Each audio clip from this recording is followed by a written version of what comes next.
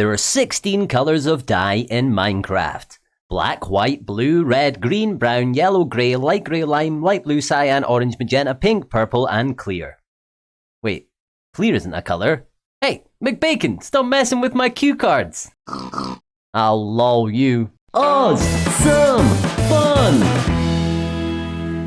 What is up, dudes, dudettes, and dudes who defy description? My name is Oz, and welcome back to another episode of Awesome Fun in Minecraft. It's no secret that I love bringing color to the world. And today, we're going to find out how to farm and craft every type of dye in Minecraft. Now, I mentioned there are 16, but we only need 7 to make them all. Let's begin with the classic cool color that is white. White dye can be made from bonemeal. This beautiful bonemeal farm is by K1 Ink. You can just watch it for hours. Check out the link in the description for their excellent tutorial. Not only does it produce loads of bonemeal, which is going up into a temporary storage system, if we swap out some of the composters at the end here and put chests in their place, we can get all the moss variants as well. Just be careful not to fly away when it's on, as unloading the chunks can cause the stone generators to break. Take it from someone who has done more than 7 repairs and still not learned that lesson. Brown dye can be made from cocoa beans. Here we have another wicked design by K1 Ink. Again, check the description. By pressing the button, it releases a pulse of water to break off the beans. I then grab new beans to plant from the hoppers, and the rest goes into our storage system. For green dye, we use the old reliable cactus farm. I've been using this one for years, and I actually have no idea who originally invented this. So if you know who, say in the comments below. We still need to smelt the cactus to make the dye, but more on that later. Now we're off-site to gather black dye using a squid farm. This really fun design is by the legendary Ray's Works. Find the link in the description. As I AFK up in the sky, squid are spawned into this tank where they get munched by axolotls. This farm is super relaxing to watch. Just turn up your entity render distance and enjoy. Another thing I've got to show you out here, I don't know how this happened or what's going on here, but beside where I built the squid farm, if you come out here, look what I found when I was flying home one day. What are all these foxes doing in the water, and where are they going? Is this not just like one of the scariest things you've ever seen? Why are there so many foxes in the water, and what are they doing? Anyway, we now have gotten ourselves the first 4 dyes, but we still need to get ourselves red, blue, and yellow. Now for that, we need to add some clever technology. So let's head back to the farm area and hit fast forward. What have you got there? What is that?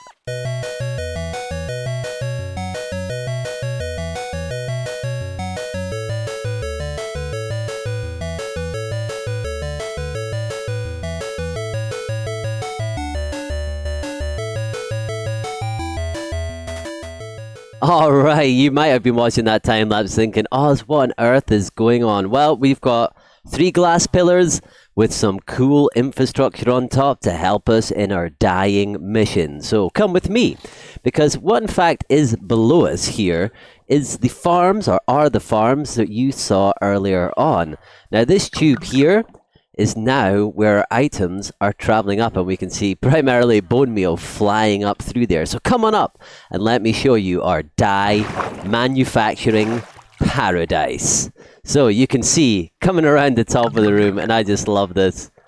We've got item streams that are taking the items in to be sorted as they pop up through the middle there. Now there's obviously going to be a building around this. This is just the infrastructure. So we're collecting materials. Now you'll notice all of the things we've mentioned already and a few extras. Don't worry, I'll come back to them. If you look at our bone meal, first of all, here we go. Now you might think, that's not a lot of bone meal. Well, Yep, these are all full of blown blocks already, and so some hot ones. So we got a lot of bone meal. Now, bone meal, remember, gives us our white dye. Now, we've also got our cacti as well.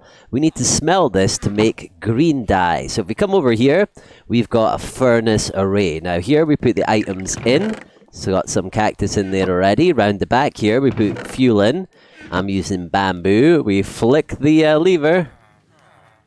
And I just love that, the way the furnaces all come on. And as that cooks, what we get out? Well, green dye. And again, a bit like the cactus farm, I've got no idea who designed this kind of furnace array. If you know there's an original designer, please let me know. I'd love to credit them. Now, we're also collecting, of course, our cocoa beans, which again, we turn into a brown dye. Just like so. Now, coming along, we've been collecting, after a bit of AFKing, lots of our ink, which we use to make our black dye. Now, of course, we need blue dye, and to do that, we've built this bit of infrastructure. We've got these guys who are blue, dabu-dee-dabu dye.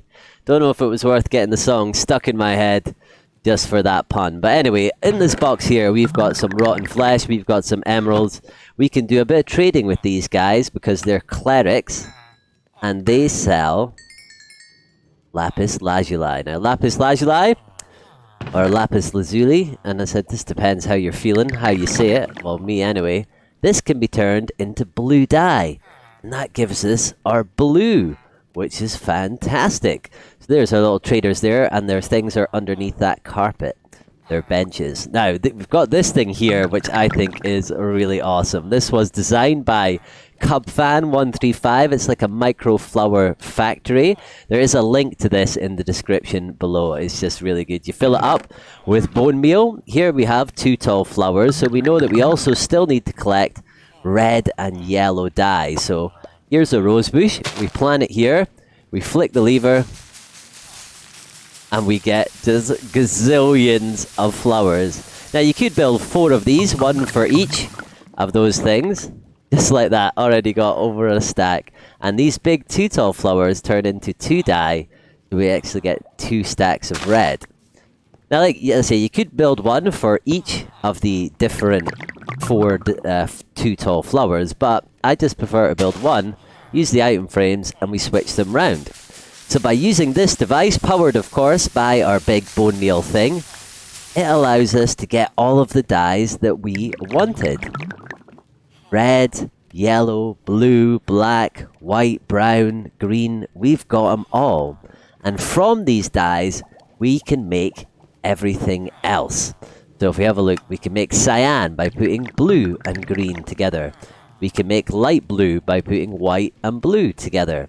We can make pink by putting red and white together. We can make magenta by putting a whole combination of things together there. Good thing about the recipe book. White and green gives us our lime dye. Then orange dye. Purple, my favorite, is red and blue together. And of course there's light grey and grey as well. And while it may be a bit messy, believe it or not, that is every type of dye, all 16 dyes in Minecraft. But let me dump a couple of these to give us some space in our inventory. The flower farm doesn't stop there because those 2 tall flowers do give us yellow and red, but we can also use the lilac, which would give us magenta dye, if we were to duplicate that. And of course, we've got peony, which turns into pink dye. So we don't actually need to mix those together from other dyes. We can just make them all together.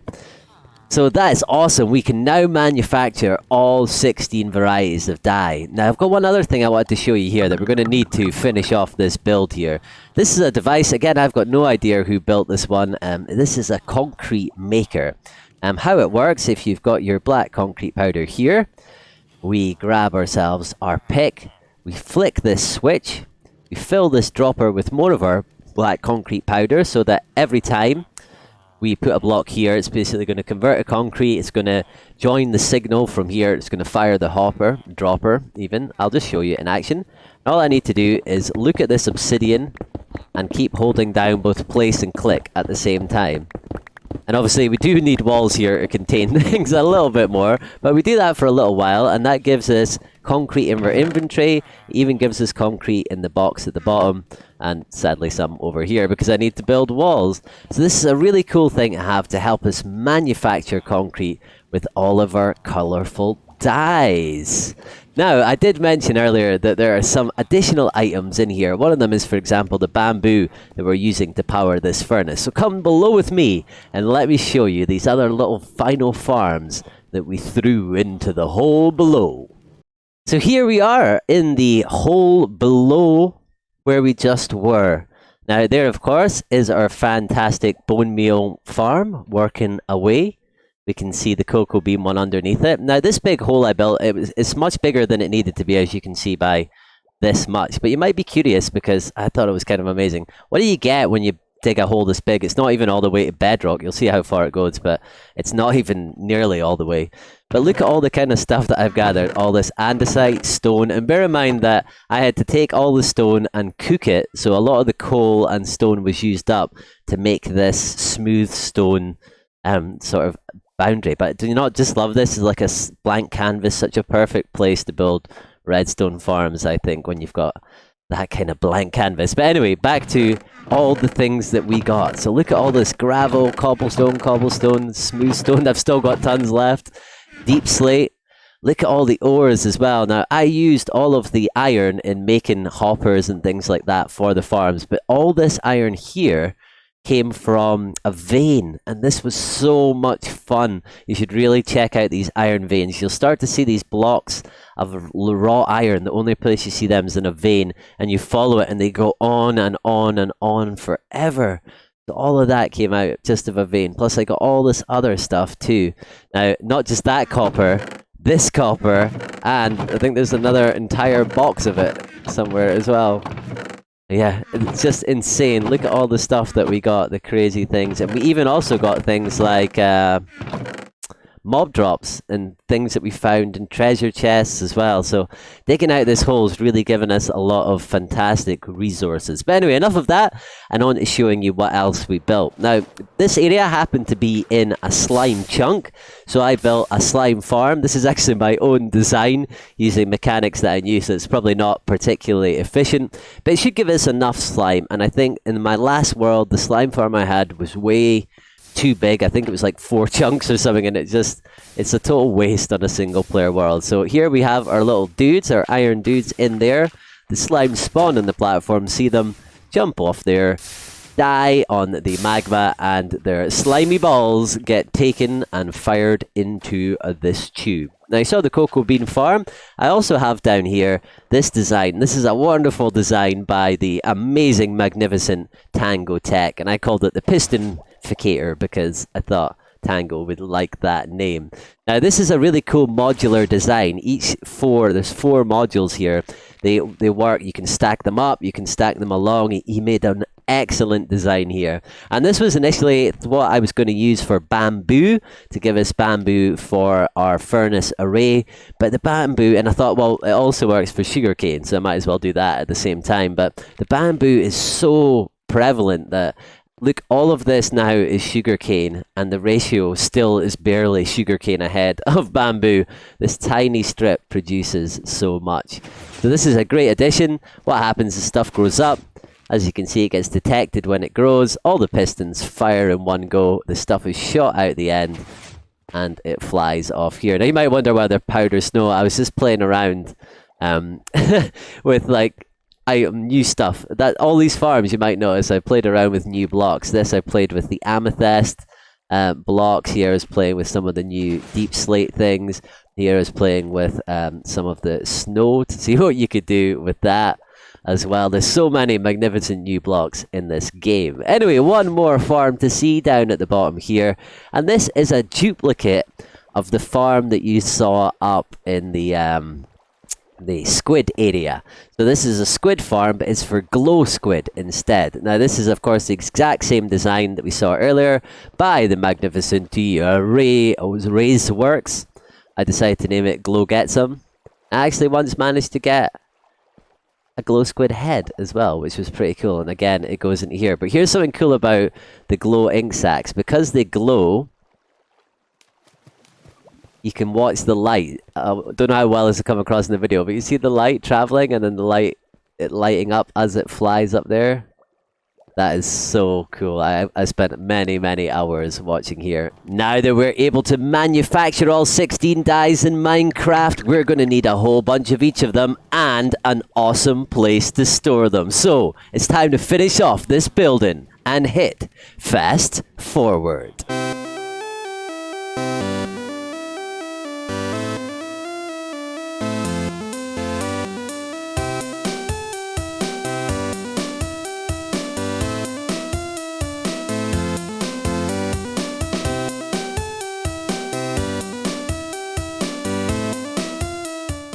All in all, it's just another brick in Minecraft. Or should I say, a dark side of the moon. Yes, that's where I've taken the inspiration from for our Prism building. So that's where we're calling this the Prism, with its industrial area underneath producing all the dyes. And that's why I like the Prism, because obviously I love Pink Floyd.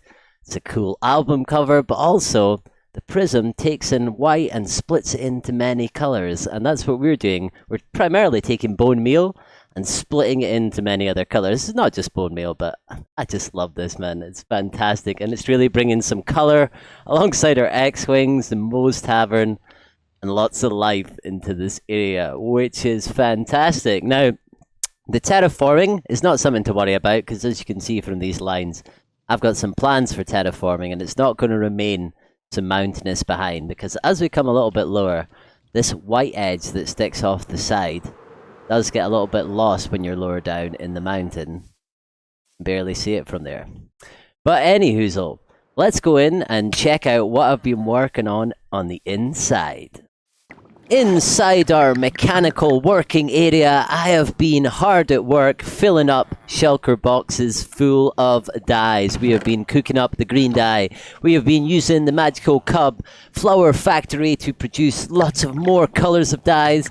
And have a look at these shulker boxes here. Yep, most of them are all the way full. Some of them not quite, but these aren't even our main boxes, so don't even worry about it. Now, another thing that I decided to put together was this little dye kit. Now, this symbol here, in case you're wondering, is the standard galactic alphabet that spells out Prism. So we've got our Prism dye kit with all 16 dyes, a stack of each, all the sign varieties, and room for the new one coming up soon, and some glow ink sacs as well. Everything we need to be on the fly signing things up. So I'm going to add this to our shulker box collection. Now, I've got one more thing to show you, so follow me. Now, most of what we've done here has been technical. It's been building farms with a specific purpose to give us all the dyes. But I wanted to have fun in this building, doing something a little bit special. So when we need dye, we don't go into this main, working room. We're going to go inside. Yeah, so if we come up here, this may have a more extended walkway in the future, but this edge here is how we can enter. And I was going for a kind of immersive, interesting experience. I don't know how this will look on the old YouTube, but let's give it a go. So we drop in, and here we are in this weird and interesting room. Now, because we've got the darkness of the pyramid around us, these chain things appear to just head up right to the roof. Now, straight up on the roof, I've put a single nether star, just for something a bit interesting. I don't know how well you can hear this, but we've got amethyst underneath here for a bit of chiming, bit of audio immersive activity. And inside all of our colored shulker boxes, we have got completely full boxes of all 16 dyes. And it's going to be really fun to come in here. We've got this cool plates terracotta pattern. Kind of want to get up high, actually. There we go. It's kind of hard to get the full thing of it up here, but it has got a funky, cool pattern. And I love this room. Then we just head on up. We can jump out this way here, run out, and we shoot out the other side. And we can just fly off. Well, that's all the time we have for today's episode, and I hope you liked learning about all the different dyes and seeing the prism come to life. Now, be sure to check out all the Redstoners linked in the description who worked on those wonderful designs that power the prism. So, give them a hello from me. I cannot wait to put all the dyes that we now have to work in future builds. So make sure to come back and check that out. Now, I really hope that you've enjoyed spending this time with me because I've loved spending this time with you. And always remember that I'm a cheesy fish face. But wait, what? Hey, McBacon, did you change my signs again? Oh, McBacon, I told you not to do that. You know I have memory issues. It's like that film Memento. I mean, I think it is. I can't really remember what the film's about anymore. But yeah, don't change my signs, man. You made me mess up the goodbye. What we're gonna do about it now? It's too late. It's doing the zoom out thing. Ah, jeez.